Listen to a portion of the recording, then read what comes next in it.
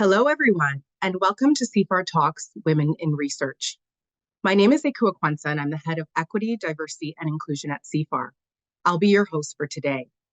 Before we begin, I would like to acknowledge that CIFAR's office is located on the traditional territory of many nations, including the Mississaugas of the Credit, the Anishinaabe, the Chippewa, the Haudenosaunee, and the Wendat peoples. It is still home to many diverse First Nations, Inuit, and Métis peoples. We are grateful to have the opportunity to work and to live on this land. We wish to pay respect to Turtle Island and to the rich Indigenous history of Ontario. Toronto is covered by Treaty 13, signed with the Mississaugas of the Credit, and the Williams Treaty, signed with multiple Mississauga and Chippewa bands. Today, we have guests joining us from many parts of the world, and I invite you to offer gratitude for the land that you are on. As many of you know, CIFAR is a Canadian-based global research organization. We convene extraordinary researchers across geographies and disciplines to address the most important questions facing science and humanity. At CIFAR, we believe that the engine that drives impact is diversity. Diversity in people, diversity in perspectives, and diversity in expertise. There is a lot of work to be done within the global research community in order to achieve greater equity, diversity, and inclusion. According to the United Nations Educational, Scientific, and Cultural Organization, or UNESCO, women represent only 30% of the world's researchers. That gap widens further when looking at racial diversity. A US study by the Institute of Education Sciences revealed that only 25% of women faculty are Indigenous, Black, and racialized. We also need to consider other layers of identity and how they impact women in research, including disability, religion, sexual orientation, and family status, to name a few. Behind these statistics are stories of women breaking barriers and overcoming obstacles. Today, you'll hear from three dynamic women researchers at the top of their fields about their own research journeys. They will also discuss the challenges that they've faced as academics, as well as what they think are the steps needed to truly improve representation in our global research community. Before we officially begin the event, I wanted to let you know that today's session will be an hour long. There will be a short Q&A at the end, so if you have a question, please submit it through the Q&A function at the bottom of your screen, and we will do our best to address it. Please also note that this session is being recorded and will be available on our website very soon. And now it's my absolute pleasure to welcome our moderator for today's talk, Chinetta Jones, who is another shining example of inspiring women leaders in science. Chinetta is a director on CIFAR's board of directors and the president and executive director of AdGene, a nonprofit biorepository in the life sciences sector that advances research and innovation by distributing high-quality biological research materials and information to scientists worldwide. She has more than 20 years of experience enabling world-class research and innovation in the US, UK, Europe, and Canada. Welcome, Chinetta. Over to you. Thank you, Akua. Hello, everyone. I am delighted to be moderating today's CIFAR talk on women in research. Holding space for these discussions is incredibly necessary, and what better time to do so than in the lead up to International Women's Day next week.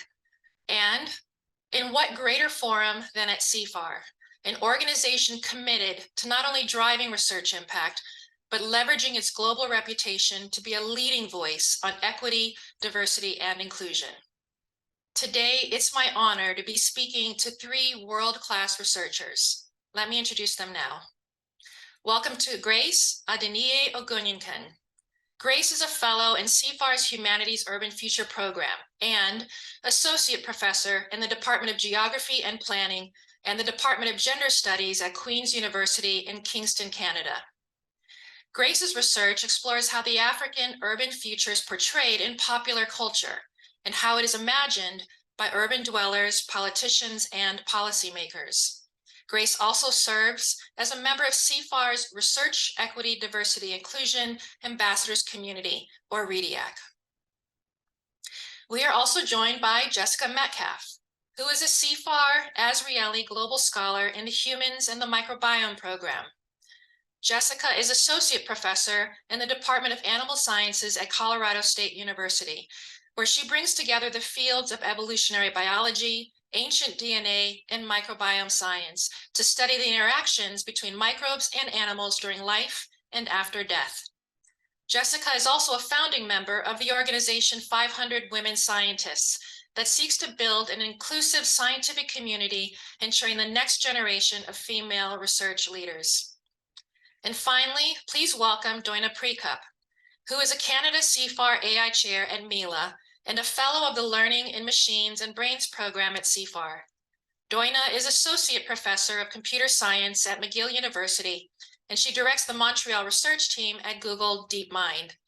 She is one of the co-founders of the AI for Good Lab, a 7-week machine learning training program for women and gender diverse people, a program supported by CIFAR and run by Mila with satellite labs at all 3 of Canada's national AI institutes. Welcome, everyone. So to start, I'm curious to know what motivated each of you to participate in today's discussion on women in research and to share your perspectives on this topic. And if it's okay with you, Grace, I'm going to start with you. No problem. So for me, in addition to my interest in the topic, because I do research the center's gender and various manifestations of power, the invitation to participate in this panel came at a time when I was extremely frustrated and overwhelmed by the long hours culture of academia, which was having a serious impact on my family life and ability to sleep well. I'm also someone who has struggled with belonging in academia and feeling like I need to justify my presence and my merit. As such, I was interested in having this conversation with other women publicly. While I'm not new to talking women in research with colleagues and friends, particularly about the challenges, these conversations are often amongst us and thus doesn't enable others to engage in a way that will hopefully get them to understand and collectively work towards change. Thanks. Thank you, Grace. Jessica. Yes, thank you. I am very happy to be here and talk about this topic. I've spent a lot of my career in science so far advocating for women in science. And I think it's important to acknowledge the challenges to women in research, both to provide inspiration, but also practical ideas and solutions to be successful. I think narratives are incredibly powerful, whether you're talking about your scientific research or about your career path as a scientist. The overall goal here is, we want women to thrive, not just survive in science. Thanks. Thank you, Jessica. And Doina. I have noticed the gap in gender representation as soon as I moved from my home country of Romania to the United States for my PhD. And this gap in computer science, unfortunately, persists to this day. And in sub-areas like artificial intelligence and machine learning, this is actually really a major problem because these are subfields that really impact the world population at large. And so this is one of the reasons why I always like to be part of such events and talk about my experience, but also try to emphasize the importance of women's voices, gender diverse voices, all kinds of diversity being present at the table, being in these professions, and really helping to develop the field. Thank you, Doina. So as Jessica mentioned, today highlights the unique challenges that women in research face. Grace and Jessica, you shared some of your challenges with the CIFAR team earlier this month, and I invite our audience to read their inspiring stories on CIFAR's website at cifar.ca. In your interview, Grace, you share the challenges that you faced along your career related to your multiple identities, your being Black, African, woman, and a mother. Jessica, you shared the difficulties of balancing parenting, childcare, and an academic career. Can I invite you both to elaborate a little bit more on your challenges? And Jessica, I'm going to invite you to go first. Sure. So being a parent or a caregiver of any type, I think, is an enormous constraint on time. And that's one of the challenges. There's also various types of biases, especially if there's intersecting identities. But for me personally, the constraint on time is probably one of the biggest challenges in balancing. If I can actually get 40 hours of work done in a week, that's like an amazing week. So what that means is that I have to be incredibly efficient at every task I do. and try to be judicious in what I say yes to. And it means I miss out on a lot of the networking types of opportunities. And so in addition to being a parent and a caregiver, I'm also a widow. And that combination of having children, losing a spouse to cancer, and the interruptions of COVID pandemics was, you know, that was such an exhausting, both emotionally and physically time, you know, and it affected a lot of things for me, you know, for example, like memory, right? And we know that can be an issue both with grief, with having children. And so there's all these parts. And I think, you know, one of the things I'm excited about today is, you know, I'm happy to talk about these things, and I hope it kind of normalizes being able to talk about it, that there's real life, you know, that is important in how we can be successful in science. And so that has been very challenging, and I certainly have gotten a lot of support and inspiration in actually working on ways to improve support for caregivers. Thanks. Thank you, Jessica. There's a few points you've raised that I believe are important that we'll come back to. And one of the things I'm curious to hear more about later is what type of support you feel you receive. Can I invite you, Grace, to say a little bit more about your challenges? Sure. For me, I'm going to start with the classroom. So I recall some students in the first day of class being confused by my presence in the front of the class because they thought that I was a fellow student. And I think this had to do with the lack of imagination that the professor in the classroom could be a woman and Black and apparently young. So the average professor in North American classroom is imagined as white and male and well established. And so questions abound. Can she know? What does she know? Is she really a professor? What is she doing here?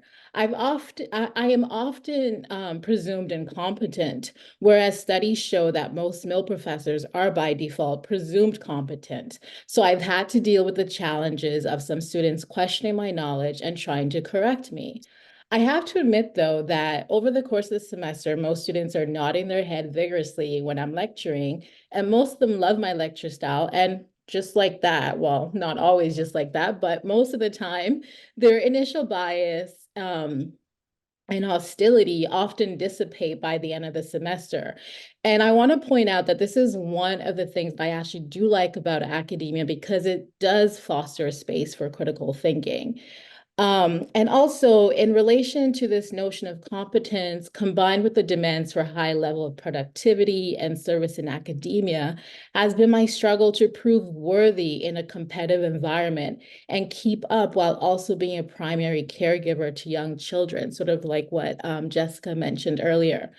What I want to point out is that some feminist research on this issue reveal how the institution often favors a careless worker, and as a result, some women academics like me develop a range of coping strategies in order to keep up with institutional demands, many which include simply falling in line with these demands by working more and sleeping less.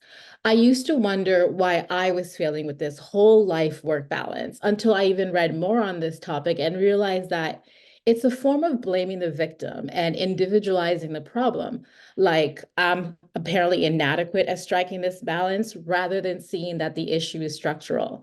Although it is sometimes my default to individualize the issue, I'm lucky to be surrounded by some of my colleagues who push back against the toxic culture of academia.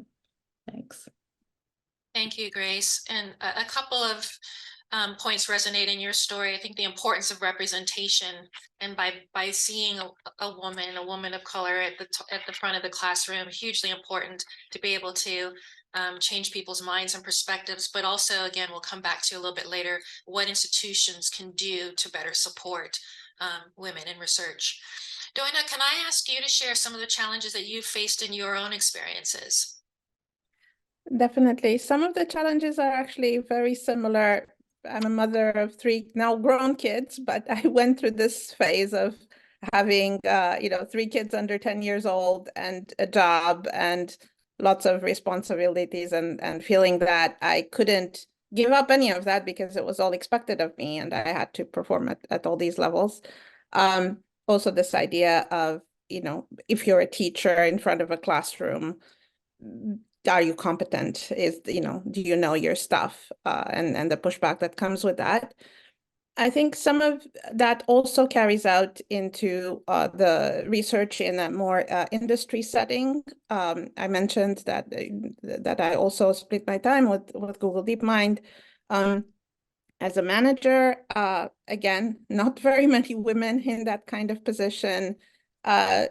You don't hear the questions because people try to be polite, but you feel that, there's always perhaps a question mark about your ability to manage a larger group or to manage a large project. And I think, I've done my best to put that in the back of my mind and really focus on the work. And as long as I'm excited about the research topics, that really helps keep me focused. I think institutional support is extremely important, both in academia as well as in industry research labs. Having the flexibility to have caregiver programs, having the flexibility of accommodating different work styles, different schedules, that is extremely important. I have been lucky in my career actually to be in places that were very accommodating, and I'm grateful for that, and I hope more will be like that. Thank you, Doina. And I think similar themes coming up in your story about the importance of representation, and particularly women in leadership roles. So thank you for sharing that. Can I follow up, Doina, with a question related to your co-founding the AI for Good Lab? Why was it so important for you to create this space for training undergraduate and graduate students who are women or gender diverse in AI? As I mentioned, AI is really a technology that impacts a lot of people from all walks of life. And it's really important to have people from all walks of life be at the table and understand the technology and try to make good use of it for applications that are actually positive for society. And so that was really a big part of co-founding the lab together with Angelique Manella. And of course, we wanted to address the gender gap in AI and machine learning, which is unfortunately growing, not shrinking. And at the same time, we wanted women to have a community. That was very important part of the idea and the identity of the lab. Part of the reason I did well in my career is that I had mentors and sponsors at every step of the way. And I think it's tremendously important to have that kind of relationship, and also to have each other to lean on when life is hard, when there's difficulties, when you want to switch careers. And so building that kind of community of women who are interested in this topic, and gender diverse people who are interested in this topic, and having them interact with each other and lean on each other for their future careers is very important. Thank you, Doina. And this sense of community, I think, also resonates with some of the work that you've done, Jessica. So you've been a member of 500 Women Scientists since its beginning. What motivated you to help start this organization, and how have you seen it make an impact? Yeah, sure. So this organization was motivated by some of the anti-woman and anti-science rhetoric around the 2016 election in the United States. The two founders, Jane and Kelly, were graduate school colleagues and friends of mine. And, we kind of were talking about how can we create some sort of support network? How can we be a bigger voice? And that's kind of how this organization emerged, initially within our own network of biologists and ecologists. And then it grew from there, with the goal of really, how do we feeling passionate about moving the needle on some issues. And I think it has been really impactful. We've created some really great programs, and we've also used our voice at times. We've been part of a lot of op-eds and things like that. And we were initially able to get quite a bit of foundation funding to hire just a couple permanent staff. And this was really important for kind of launching some of our bigger programs, like the Future Fellows, which is a fellowship to support women of color that was created by women of color. But then we found, I think we learned some lessons that probably a lot of new organizations learn. Foundations want to support new things all the time, and you can't, as a sustainable foundation, have a huge new, program every year. And so unfortunately, we weren't able to sustain that kind of model, and we're back to volunteer again. And so, that's been a lesson learned. And I think it's an issue with figuring out how to support organizations like this. And yeah, so I participated on leadership for a few years on that, and I have also now more transitioned to focusing at my institution. I'm the co-chair for the Council for Gender Equity on the faculty here, and this is a council that makes recommendations to the president and the provost, and I mainly focus on improving policies that support caregivers. This is mostly focused towards parent, but can also be focused towards elder care, because in the end, it's a very gender issue who does this type of domestic labor. And so we're working on everything from improving our parental leave to childcare access related to sort of science and research. I'm working with the Vice President of Research Office, where I'm sitting right now. They helped me set up for this, on a pilot program where we can support temporary caregiving financially for parents who want to do research that requires travel, for example. So all these kinds of things. But in the end, it shouldn't be people like me doing this work, right? This should be kind of what Grace was talking about, and I think I'll visit this back in the end, is like there's structural biases in how the academic institutions are run and who they favor, and pilot programs aren't going to fix that. Thank you, Jessica. Grace, you are a member of another community, CIFAR's Research EDI Ambassadors Community, or REDIAC. What is the purpose of REDIAC, and why did you join?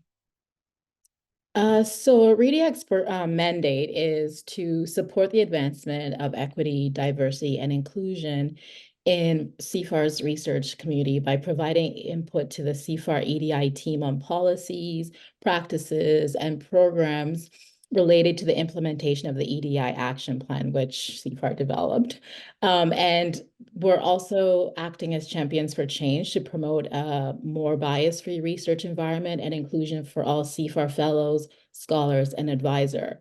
So for me, I wanted to be part of this community because I spend a lot of time thinking about research and EDI-related issues, particularly as it pertains to knowledge production and researcher reflexivity. Wow, I always have a difficult time saying that word, reflexivity. Moreover, I felt that I could contribute to the committee as someone with a gender studies background who is familiar with some of the scholarship on EDI and who also teaches about EDI topics. Thank you, Grace. So Akua mentioned earlier that 30%, 25, 30% of the world's researchers are women, and Indigenous, Black, and racialized researchers are greatly underrepresented, and we all know that firsthand. That underrepresentation certainly leads to many of the challenges, and I believe you mentioned, Jessica, the unfair burden placed on those of us who are underrepresented. Can you maybe share a little bit more about some of the maybe perhaps structural challenges in your respective institutions, whether you've seen them in professional circles or academic or industry engagements? How have you personally experienced this among your peers? And I'm going to invite Doina. One of the things that's interesting, and we're noticing it, I think, in the discussion here as well, is the fact that underrepresented groups end up having more of the administrative burden of all kinds of committees, right? So yeah, and all of this is actually well-meaning, right? You want to have a diverse committee for tenure and for hiring and so on. But if you have 1 or 2 women in a department of 30 or 40 people, and somebody has to be on many committees, it's just going to end up with a lot of this work being placed on the minority population. And at the same time that, of course, because we have a finite amount of time and because of a lot of other pressures, including sort of caregiving pressures, you end up with not enough time for research, which is perhaps the thing that matters the most, right? Or for teaching, or for all these other activities that are actually more conducive to advancing one's career. And so that's been, I think, an issue throughout. Maybe there's not an easy answer to it other than hiring more women, hiring more visible minorities in researcher positions, and that sort of widens the pool. But I think one also has to be mindful of the time commitment that all of these like little things add up to at the end of the day. Thank you, Doina. And Grace, I'm wondering if you share a similar view. What has been your experience? I can totally relate to what was just said. I've been really anxious a lot recently because I have not had time for my own work. It's been doing everything else, but Doina already spoke about that. And so what I think I want to speak about is being in leadership, right? So currently I'm part of a professional circle where I'm part of where I'm part of the leadership and I'm the only woman. And at first, it was quite jarring for me to be patronized and to also experience being punished for daring to make suggestions and to delegate responsibilities. I was like, wow, so this is what a boys' club is. Like you hear about it, but until you're in it, you don't. Um, so I've experienced some of my ideas being ignored, or even more, my emails being ignored, and someone else's email, like I'll send an email and then a day later, someone else will send an email and their email is addressed. And I'm like, well, did you see my email? And one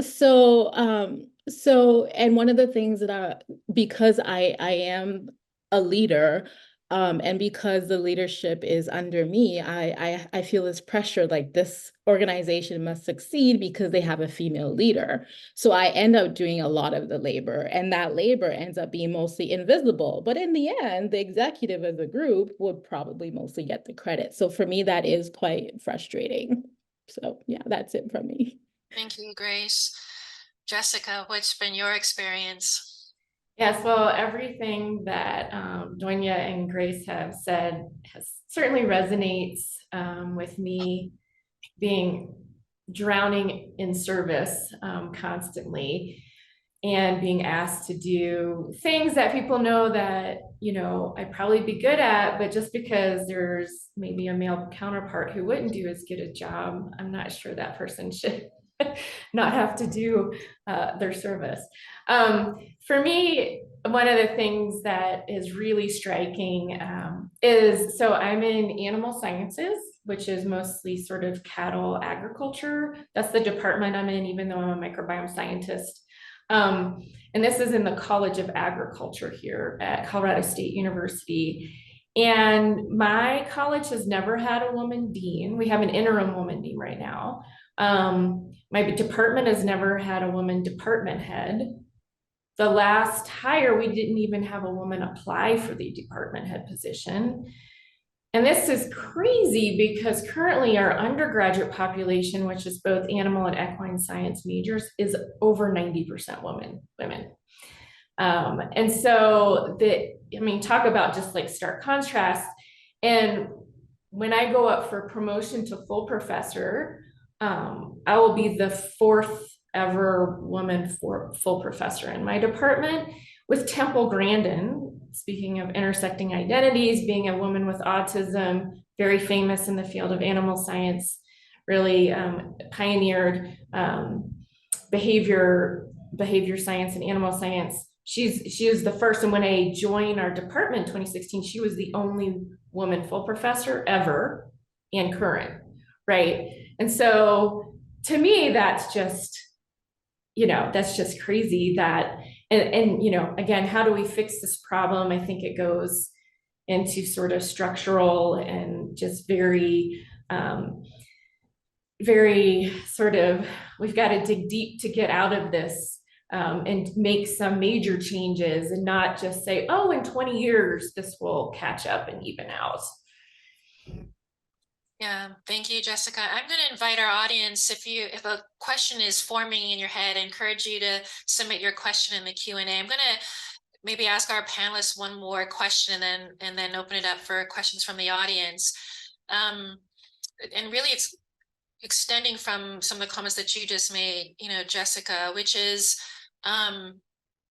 what can we expect institutions to do to bring about that change? There are tons of stories not represented here of firsts and onlys, but what can institutions do to improve representation of and to better support women and gender diverse researchers? And so maybe Grace, I'll invite you to start. Thanks. So I do want to start by acknowledging that there is some work being done already, such as targeted recruitment, focus on an increasing equitable and inclusive access to research grant opportunities, one of which I've benefited from. So my Canada Research Chair role is from that targeted recruitment of women. And there's also extension of early career research status for women who've given birth and, taking consideration career gaps. So I want to acknowledge that some work is being done in that area. But I also, there are a lot of things I could recommend, but some things that really come to mind for me, and that I think perhaps more because of my political stance is the first thing I want to point out is that there should be more political will and action to end adjunctification, because women and equity deserving academics are overrepresented as contingent faculty and they need to be hired into like full-time employment. I could go on about that. And the other thing that I'll mention before I pass it on to the other panelists is that institutions need to focus less on inclusion. As obvious here from our conversation, what I mean here is inclusion into a system with a particular notion of the ideal worker, and that's not designed for everyone. So there needs to be more focus on fixing the system, such as the use of subjective metrics, and it just needs to be more equitable. So I'll end there. Thank you, Grace. That's a great start. Doina, do you have some suggestions about what institutions can do? One of the barriers currently is that research is very much a numbers game, and there is an expected ideal in every field. How many papers should you have every year? How many students should you graduate? How much grant money you should have, and so on. And that's very ingrained in the system, and it's part of it is historical, but it makes it hard for people who have sometimes just a different research area, right? Maybe more multidisciplinary. People that have sort of non-traditional background, they have come at research maybe late or from a different angle or so on. It just makes it hard to compare. And so I think, coming back to a point that Jessica made about narratives, I think it's important. Yes, science has metrics, great. It's great to keep that into account, but also to understand the unique perspectives that people bring and their unique background and what they can contribute beyond, their citations and their papers, and make that part of every step of the academic selection process, right? When people are hired as, research assistants in grad school, right? When PhD students are brought in, when people are hired into faculty positions, when people sort of advance into full professorship, taking into account sort of the big picture of their research, not just the numbers. Thank you, Doina. And Jessica, do you have suggestions to offer?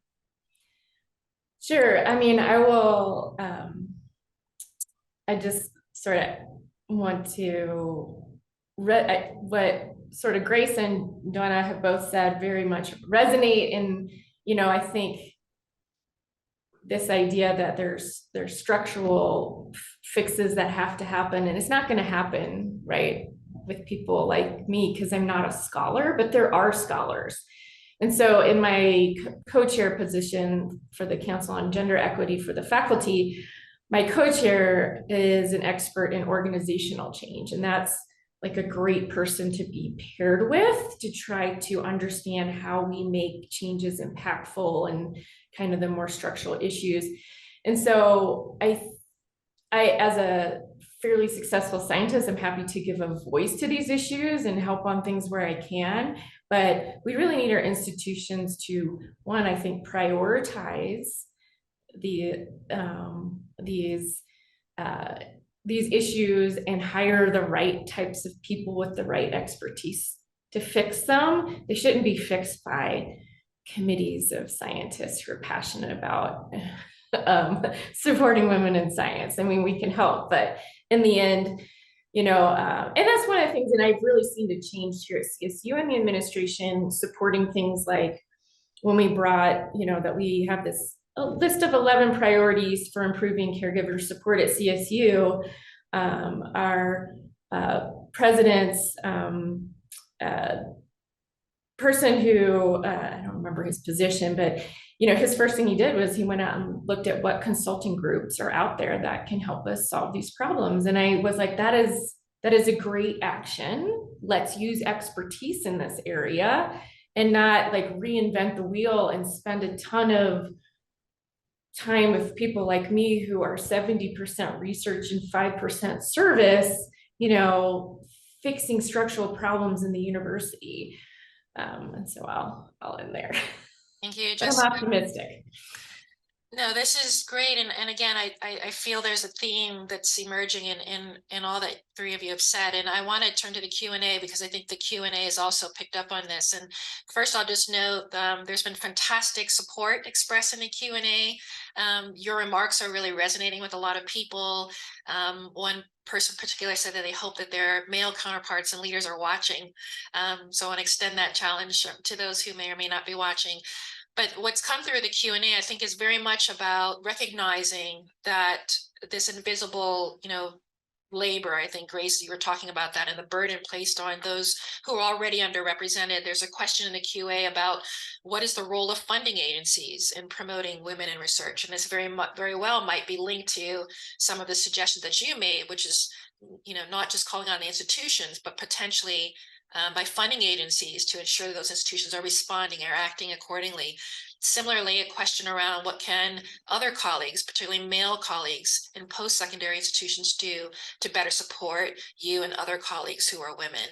So I wonder if we can go back to that point of, you know, what other support can we draw on outside of the communities that we're building in the institutions who are still, you know, making some progress, but not at a pace that's going to help everyone. What are your views on whether there's a role for funding agencies or a role for your peers? And who wants to take that question? I can say a bit about funding agencies because I did a lot of work actually with NSERC in Canada, being on the committee for a while. And I think there actually has been a huge positive impact of policies like, you know, caregiver policies and maternity leave and so on, and taking into account that the ability of people to be able to say, you know, I was sick this year. That's, you know, that's the reason I have fewer grad students. So definitely that has helped. And the more funding agencies are aware of this and allow for this kind of, you know, for people to express and justify what is happening, I think the better off we're going to be. Thank you, Doina. I saw your hand go up, Grace. Yeah, my hand went up because I mean, summer is coming up for us here in Canada, and that's when most of us try to get our research done. But for me, I've been struggling with whether or not I'll be able to go away for field work. So field work for me is often in West Africa, and it's expensive. And so I have to think through, am I going to bring my children with me, or am I not going to spend summer with my children? And with funding agencies, like if you're nursing, sure, they might cover stuff, but I have a 3-year-old who I'm not nursing and I have to pay for him. And then another, so it's like, so I'm going to go broke because I have to do research for the university. So I think we really need to think through the limitations for some women who are primary caregivers and who need to travel for research and for an extended period of time.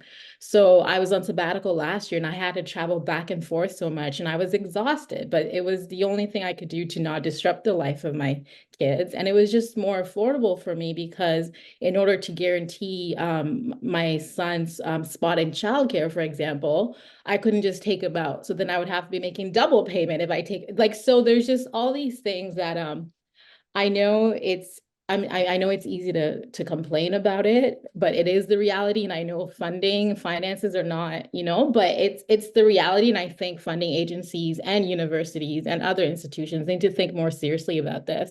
And just a quick shout out to CIFAR. They are sort of taking that into account, and it's not just nursing people. They take under people who are nursing. They do take into account children who are 12 and under when it comes to program meetings, and they do provide childcare costs for that. So yeah, that's it on funding for me. Thank you, Grace. Jessica. Sure, I'll follow up. Exactly everything that both just said. Grace, I have a lot of those same issues, and I basically have not been able to travel. Like, it's just not possible. And one of the few times I have been able to travel with financial support, not coming out of my own pocket, is with CIFAR. But I was going to say another example that I came across in my career, and there's just all these little things. Well, first I wanted to say, I saw an article recently that I think NIH published a little thing saying that the number of, I don't know if it was postdocs, faculty, what level, using their temporary caregiver support options, because I guess now they provide that, has been increasing in talking about that. So I think that is a good example of a funding agency providing a way to facilitate everybody being able to do the research they need to do. But another example with funding agencies that I came across with my career trajectory, because I had a spouse who had cancer and I sort of went a different route where I stayed as a senior research associate after being a postdoc in a big lab. And then I came into CSU with 4 years of tenure credit. So I didn't really have very much time before I went up for tenure, which is great in some ways, but it really, because of the way that I did my career, I was not eligible for most early career funding programs, or my eligibility was like a year. And that's the thing. For example, the NSF career, I was eligible that first year I got there, and I just wasn't able to pull off whatever. I wrote them, I tried to plead a case, like, can I get, but I would have had to either just, I would have had to choose to delay going up for tenure just to potentially get this one particular grant. So I didn't do that. And actually, again, shout out to CIFAR. CIFAR was one of the few early career programs, because of the way they define early career was more flexible, that I could actually be eligible for when I was ready to put together those types of fellowship proposals. And so I think there's still work to do, and just like every little thing about funding, really having to think, when you put some sort of restriction on it, is there a bias to who it is cutting out?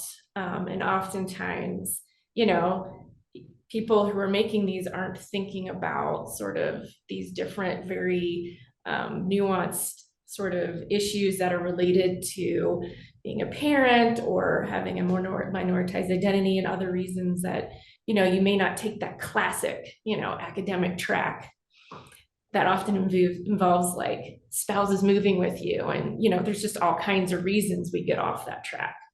And so anyway, that was kind of one of the things I wanted to also add. Well, it's great that we have examples like CIFAR and INSERC and other funding agencies that are taking this, seriously and offering that additional support. I want to come back to the support question, and this is related to the question that was asked earlier by the audience about, is there a role for your male colleagues and peers to support you? There's a related question about relationships with other colleagues, like other women or non-binary persons in other disciplines or at your institutions, and how instrumental have they been in terms of your ability to succeed. So can I invite you to say a little bit more? Again, we have great ideas for institutions, great ideas for funders. How can our colleagues support us? Who wants to go first? Doina, can I ask you to get us started? Sure. I think support from colleagues is extremely important. Some of it is, again, just having a community and people that you can talk to freely and that can offer advice and help, and sometimes just an ear to listen and make you feel better.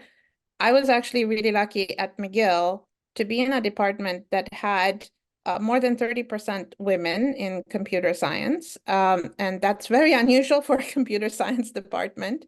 And so one more senior woman, everybody else a little bit more my cohort. But that was extremely valuable to just exchange information and talk about childcare and talk about, how you manage a classroom when you're a woman and you're not expected to be there, all these kinds of questions. That's extremely important. And support from male colleagues is also extremely important because, that can range from not just career advice, but also just being informed and understanding the circumstances and the situations and being mindful of issues surrounding work-life balance and issues surrounding research. It's really important to be in a collegial environment where you can build a research portfolio by being part of teams. That really can boost both the quality, the quantity of the research, the funding opportunities. And so for that, you definitely need your network. Thank you, Doina. Grace, do you have anything to add? Yeah, I think I've been really fortunate because 50% of my appointment is in a feminist program. So that really helps with colleagues supporting each other and just getting there's just that level of ethics of care that I don't often receive in other spaces. And so we're able to be kind to each other. And even when it comes to time for the metrics and the evaluation, our chairs have been very political sometimes, and even giving people similar scores and refusing to play that game. Whether or not it works out at the higher up level at the faculty office is another matter. I also want to point out that I do have some male colleagues in my other department who get it. But in order to get it, they first have to recognize their privilege. And those are the ones who get it, the ones who recognize their privilege, and the ones who also recognize the problematic discourse around merit as neutral. The ones who don't get it are the ones I have issues with. They're the ones who won't look at me, or they're ones who think I'm just there because I'm an affirmative action hire. So we need to change the way people think about equity and merit. So, but yes, I do have some support, and I also don't have some support as well. Yeah, Grace. Jessica, did you have anything to add? Sure. I obviously, yes, support of colleagues is incredibly important. And one of the things we have here at CSU is an NSF Advance grant for improving gender equity in STEM. And so I do have this great other network of folks at CSU to sort of help work on this issue. And thankfully there are a lot of males who have stepped up to work on these issues, which is great because, again, we can't have the folks who are trying to improve these policies and structures for be the ones who do all the work. But other than that, yeah, so I'll stop there. There's a question in the Q&A from a journal editor, and I think something you said earlier, whether it's Jessica or Grace, about the additional burden, very little credit for service. I believe it was you that said that, Jessica, and Joina, you're highlighting the importance of having time for research activity. So the question is whether all of you feel that reviewer invitations are burdening researchers from underrepresented communities or women, or whether they're helping them succeed in their academic careers. They want to know how can we strike the balance between them having their voices heard and not hampering their research activity. Yeah, one interesting phenomenon, and I don't know if there's quantitative data for this, but more anecdotally, I think women are often asked to review, but not as often asked to be action editors or editors, right? The person that makes the decision in the end on the paper. I mean, I think just being mindful of that could be helpful. Reviewing is a lot of work, um, because you really have to provide detailed comments and so on. And oftentimes there's a lot of requests that come. And oftentimes, especially in one is a junior professor, there's a fear of saying no because maybe they will never invite you again, right? If you say no. So that's definitely something to keep on the radar. Very good advice.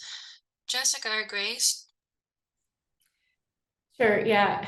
So ironically, my CIFAR Humans and Microbiome group, we actually recently published a paper about the broken peer review system.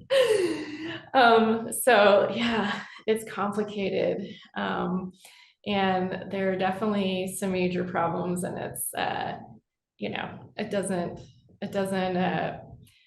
not helping us fix gender equity, I don't think. But I don't have any great answers to how to fix it. We make some suggestions in our paper, but it's certainly an issue. And I feel like, so I'm a editor at M Systems, so it's part of the American Society of Microbiology. And we have had a lot of focus on both gender and ethnic equity in both the editorial and in review process. So I think it's good. It's at least it's like on the radar, and it's an issue that we acknowledge in, you know, trying to take steps towards fixing. Thank you, Jessica. Grace, I believe you raised the question of merit, and I'm curious whether that also applies to this question. Maybe. I think I know early on in my career, and I've had this conversation with some of my colleagues, we struggled with getting some of our stuff published the way that truly represents our work, especially those of us who are doing work in um like in African spaces, for example. So there are already particular notions of how people understand Africa. So when we write, they want us to continue to speak within that particular narrative.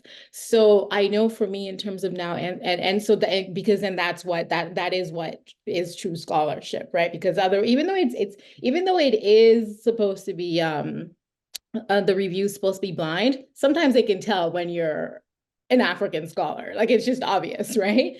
So for me, I know sometimes when I do get invited to do this work, to do these work of reviews, I remember sometimes wondering who the body was reading my work and deciding that my work wasn't good enough. And so I know it's important to be able to read that, and to read other people's work and be able to comment from an EDI lens. So, but at the same time, it is a lot of work sometimes, and I'm learning to say no a bit more, but also being brave to ask for more time, because before I would try to work within the time frame they would give me, and I'll just be like, if you want me to do this, you're getting it in 3 months, not 1 month. So I think that has helped me a bit, because I remember the struggles that I faced as a scholar coming up, and having to deal with some biases in peer reviews. Thank you, Grace. We have a few minutes left, and I'm hoping to ask 2 more questions before we have to let you go. This has been a fantastic conversation, so thank you for sharing all of your insights so generously. We often speak about the difference between and the importance of mentorship and sponsorship. And I would love to ask each of you, how does mentorship or sponsorship play a part in addressing some of these challenges for women in research? And perhaps maybe how it's played a part in your own careers or not. Jessica, do you want to start?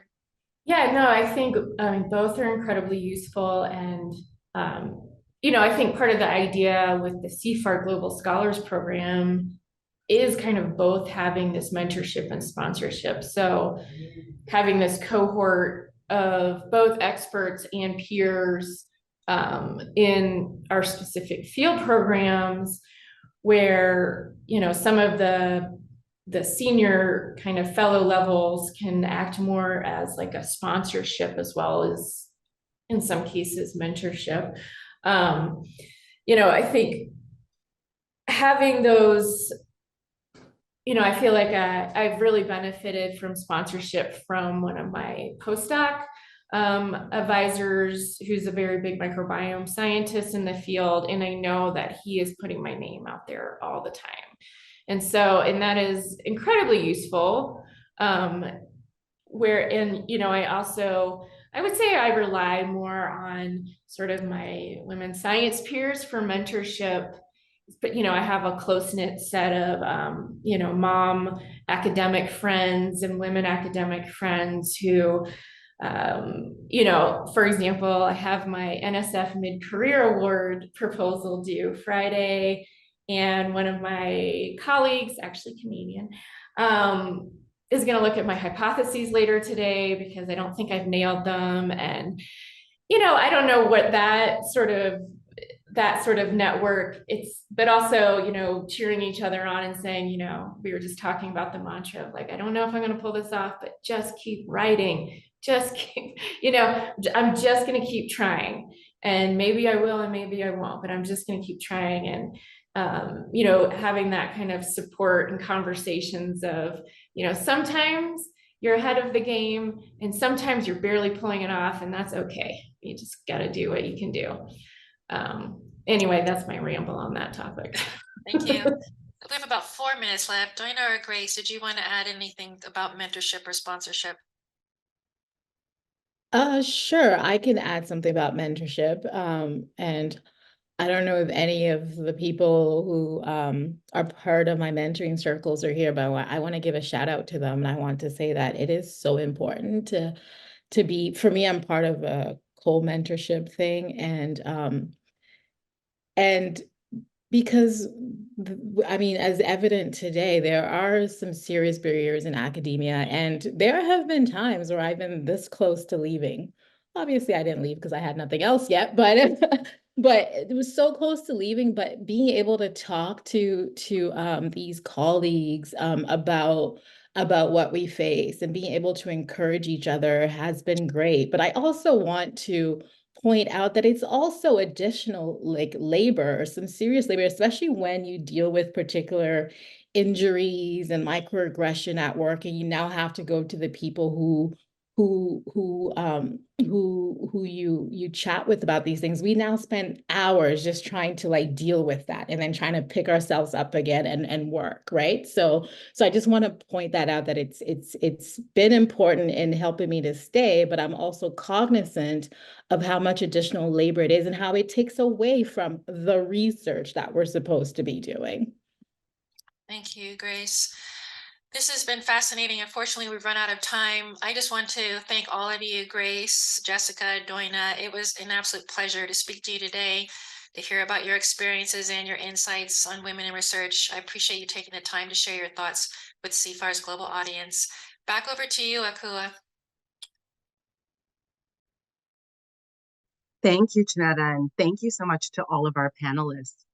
This has been such an engaging and inspiring discussion, so I appreciate all of you being here today.